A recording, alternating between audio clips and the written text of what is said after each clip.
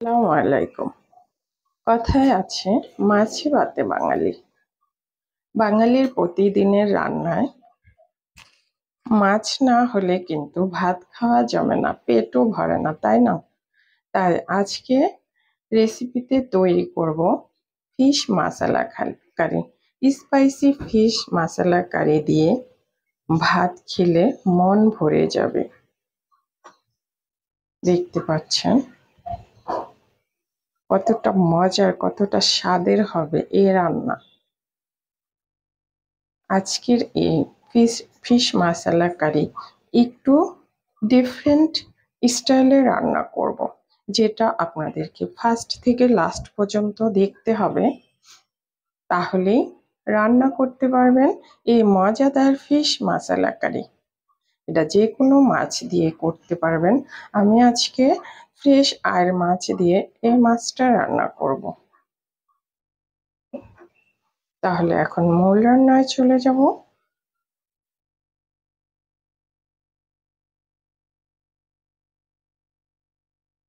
মেহমান আসলে তাদেরকেও এই রান্নাটা করে খাওয়াতে পারবেন। সবাই খেয়ে খুবই পছন্দ করবে।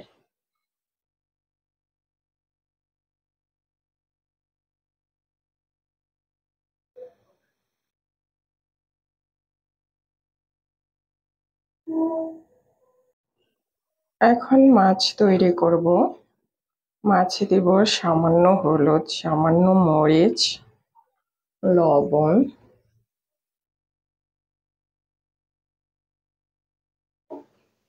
বেশি লবণ দেব না, বাট আমি মাছটাকে একটু একটু লবণ মাখিয়ে রেখেছিলাম একটু শক্ত করার জন্য। মাছে এই যে মশলা মাখিয়ে রাখবো, এতে করে মাছের ভিতরে লবণ মশলা প্রবেশ করবে, স্বাদ বৃদ্ধি পাবে মাছের। এখন এই যে 5 মিনিট বা 10 মিনিট মাছটাকে একটু মশলা মাখিয়ে রেখে দিচ্ছি।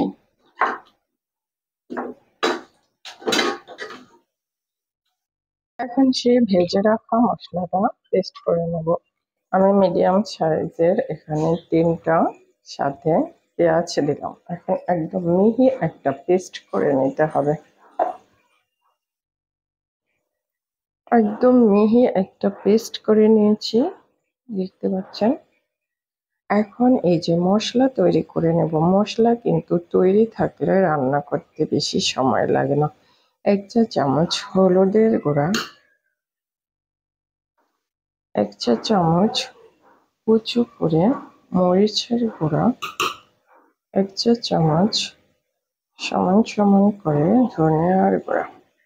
এগুলো এই যে একত্রে মিক্সড করে নেব। সামান্য একটু পানি দিয়ে মিক্সড করে নেব।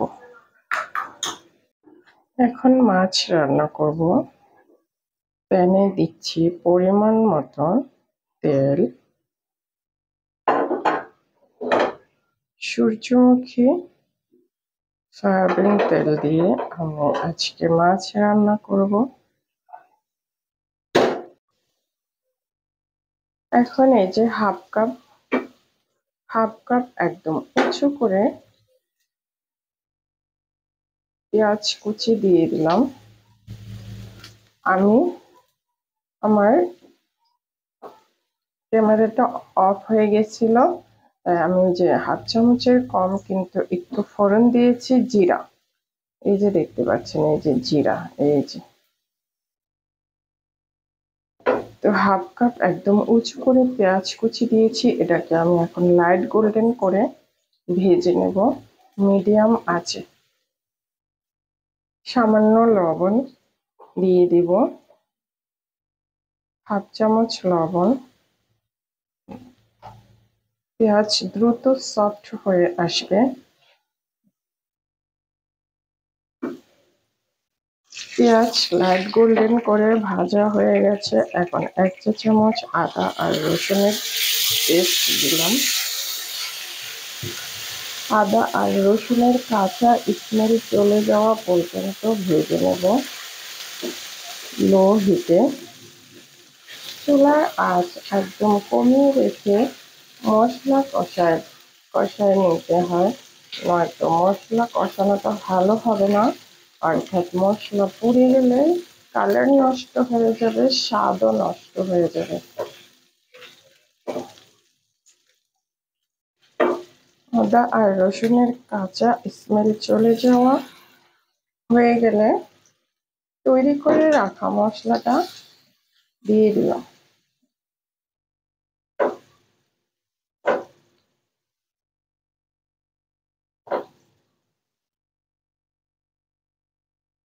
এখন কিছুক্ষণ মশলাটাকে নেড়ে চেড়ে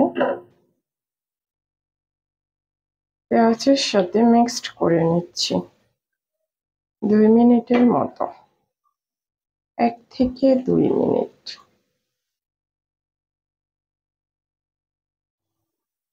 2 মিনিট পর পানি দিচ্ছি, 1/2 কাপ পানি দিয়ে মশলা একদম লো হিটে 5 মিনিট নেড়ে চেড়ে কষিয়ে নেব। নাড়া বন্ধ করা যাবে না, কিছুক্ষণ রাখবো, আবার নেড়ে চেড়ে দেব। পোড়া লেগে গেলে মাছের স্বাদ কিন্তু নষ্ট হয়ে যাবে।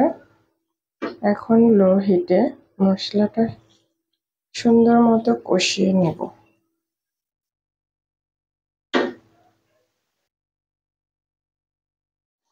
মশলা কিন্তু সুন্দর মতো কষানো হয়ে গেছে, দেখতে পাচ্ছেন। মশলার কালার দেখতে পাচ্ছেন কত সুন্দর হয়েছে। এই যে মশলাটা ভালোভাবে কষিয়ে না নিলে কিন্তু টেস্ট বাড়বে না। মশলা ভালো মতো কষিয়ে নিতে হবে, তাহলে মাছের স্বাদ বৃদ্ধি পাবে।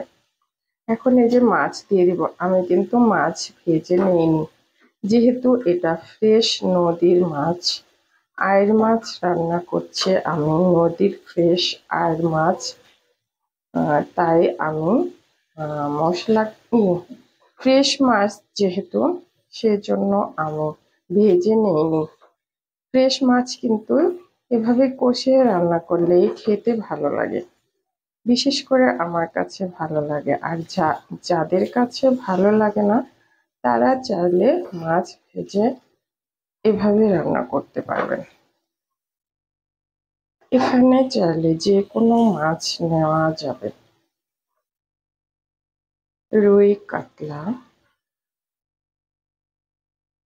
চাইলে এনি যে কোনো মাছ, পাঙ্গাস মাছ, চাইলে সিলভার কাপ মাছ, যে যে মাছ পছন্দ করেন চাইলে এই যে এভাবে রান্না করতে পারবেন। এখন আমি উল্টে পাল্টে মাছগুলোকে ভেজে নেব, কষিয়ে নেব। লো হিটে আমি কিন্তু চুলার আঁচ এ পর্যায়ে রেখে দিয়েছি। এখন আমি মাছগুলোকে, এই যে আয়ের মাছ রান্নার ক্ষেত্রে আরেকটা টিপস বলতে চাই, একটু লবণ দিয়ে 1 ঘন্টা মেখে রেখে দিবেন, তাহলে মাছটা শক্ত হবে। নয়তো কিন্তু আয়ের মাছ কিন্তু একটা সফট মাছ, এটা কিন্তু ভেঙে যাওয়ার চান্স থাকে নাড়াচাড়া করতে গেলে। এখন দেখেন, এই যে দেখবেন মাছ ভাঙবে না, যেহেতু আমি লবণ দিয়ে একটু শক্ত করে নিয়েছি।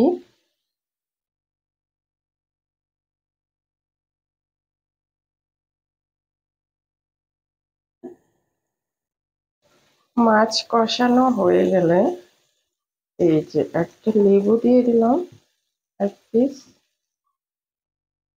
চাইলে এখানে যদি আপনারা দই ফিশ খেতে চান, তাহলে এই যে টক দই এই পর্যায়ে এই যে মাছের উপরে এখন দিতে পারেন। আমার যেহেতু মাছের টক দই ভালো লাগে না, তাই আমি দিব না। এখন মাছের উপরে এই যে 1/2 কাপের মতো এখানে, বা 1/3 কাপের মতো এখানে টক দই ব্যবহার করতে পারবেন। এখন আমি গ্রেভির জন্য পানি দিয়ে দেব। পানিটা এমনভাবে দিতে হবে মাছ অর্ধেক ডুবে থাকবে আর অর্ধেক ভেসে থাকবে।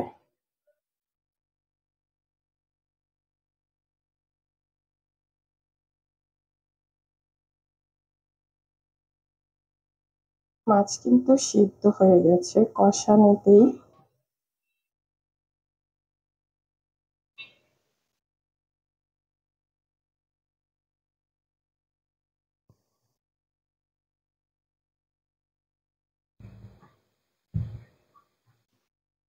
এভাবে কিন্তু আপনারা সবজি দিয়েও আর মাছ রান্না করে খেতে পারবেন। সবজিটা যে কোনো সবজি, যে যা সবজি খেতে পছন্দ করেন সেভাবে সবজিগুলো একটু ভেজে এখানে অ্যাড করতে পারবেন।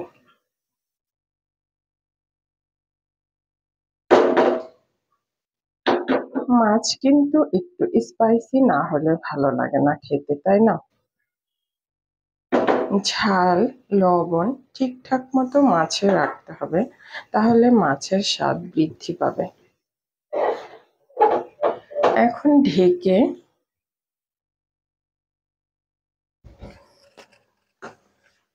ঢেকে হাই হিটে বলক তুলে নেব, তারপর মিডিয়াম আঁচে রান্না করব। মিডিয়াম আঁচে আমি মাছ রান্না করেছি।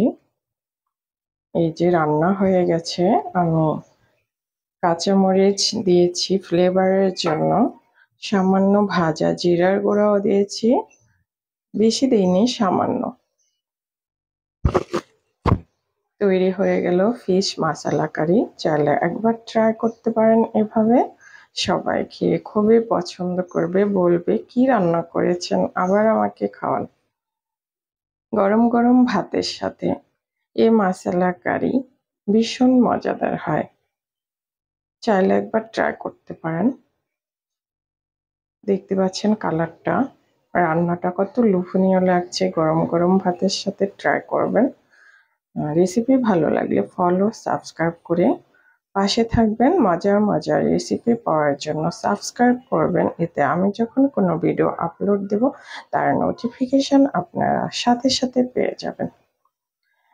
ফেসবুক থেকে ফলো করবেন এবং ইউটিউব থেকে সাবস্ক্রাইব করবেন। আজকে তাহলে বিদায় নিচ্ছি, পরবর্তীতে আবার চলে আসবো আপনাদের জন্য মজার কোনো রেসিপি নিয়ে। সবাইকে ধন্যবাদ জানিয়ে আমি জান্নাত শিলা, ঢাকা থেকে। আল্লাহ হাফিজ।